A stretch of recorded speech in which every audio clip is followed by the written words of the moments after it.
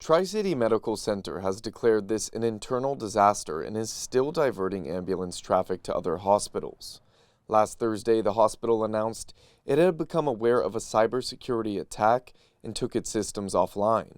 Hospital management says they're still serving patients with emergency needs, but they've halted all elective medical procedures. So right now, they're still probably in response mode, trying to figure out what happened, trying to contain the infection, trying to see how far it spread. Cybersecurity professor Jacob Aere says hospitals and healthcare facilities face extra risk for cyber attacks due to their wide range of medical devices.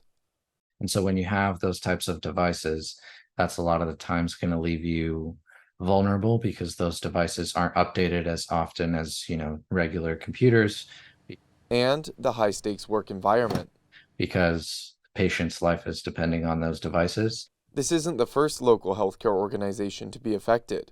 UC San Diego Health, Sharp Healthcare, San Ysidro Health, and Scripps Health have all dealt with data breaches of different sizes in recent years.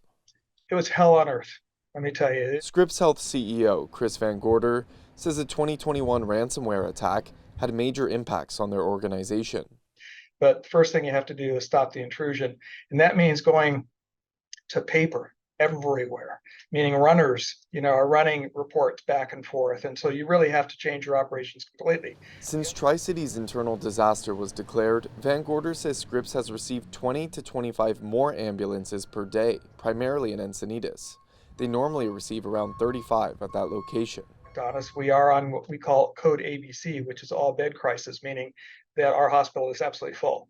And at any one time, we may be having patients waiting, could be a significant number of patients waiting to be admitted to hospital beds, or we even have to transfer some of those patients to other Scripps facilities.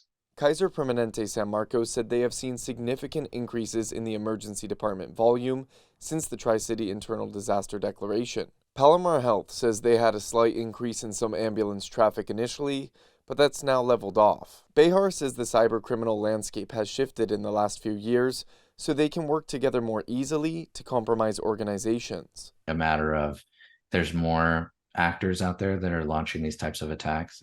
As for Tri-City patients, Behar says to be vigilant and practice basic cyber hygiene, like creating strong and unique passwords, using multi-factor authentication, and keeping systems up to date in case the attackers get a hold of personal information. If your data has been leaked, then you should do things like make sure you're checking your credit on a regular basis to ensure that no fraudulent accounts have been opened. You can also freeze your credit. Tri-City said they're working with law enforcement and cybersecurity specialists to investigate the attack, restore their systems, and try to prevent future attacks. Jacob Aere, KPBS News.